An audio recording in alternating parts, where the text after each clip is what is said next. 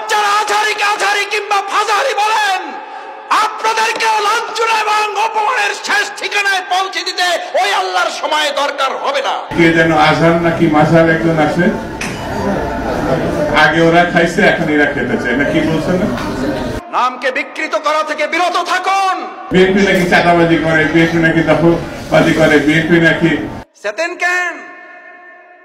আমি এই জন্য চেতবো, চোরের মনে পুলিশ পুলিশ। ইসলামপন্থী আলেমগণ যখন চাঁদাবাজের বিরুদ্ধে কথা বলে, একদল খাইছে আর একদল রেডি হয়ে গেছে, তখন ওই কপাল পরা জামাওয়ালার মতো লোকেরা চটকানা দিতে চান। মনে রাখবেন, খলিফার কাজ ভেঙে ছুড়ে তছনছ করে নতুন একটা বাংলাদেশ বিনির্মাণ আমরা করবই। আলেমদের বিরুদ্ধে লেগে একদল হেলিকপ্টারে উঠেছে, আলেমদের বিরুদ্ধে লাগলে আর একদল হেলিকপ্টারে উঠতে পারবেন না। আল্লাহ তাআলা আলেমদেরও দেখেন, জালিমদেরও দেখেন। আল্লাহ তাআলা আলিমদের সাহায্য করেন আর জালিমদেরকে শায়েস্তা করেন। সুতরাং আলেমদের বিরুদ্ধে অবস্থান নিয়ে কেউ জালিমের কাতারে যাওয়ার চেষ্টা করবেন না, পরিণতি কারো ভালো হবে না। সে যদি শফিকুল ইসলাম মাসুদ হয়, শফিকুল ইসলাম মাসুদের পরিণত তার চেয়ে ভয়াবহ।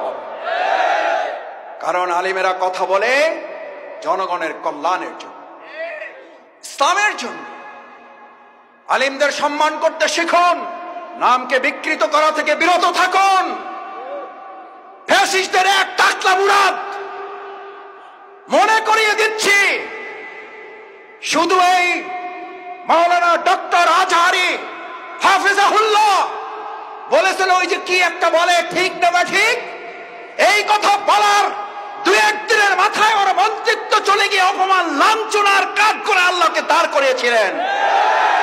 আজ যারা আজহারিকে আজহারি কিংবা ফাজাহারি বলেন, আপনাদেরকেও লাঞ্ছনা এবং অপমানের শেষ ঠিকানায় পৌঁছে দিতে ওই আল্লাহর সময় দরকার হবে না।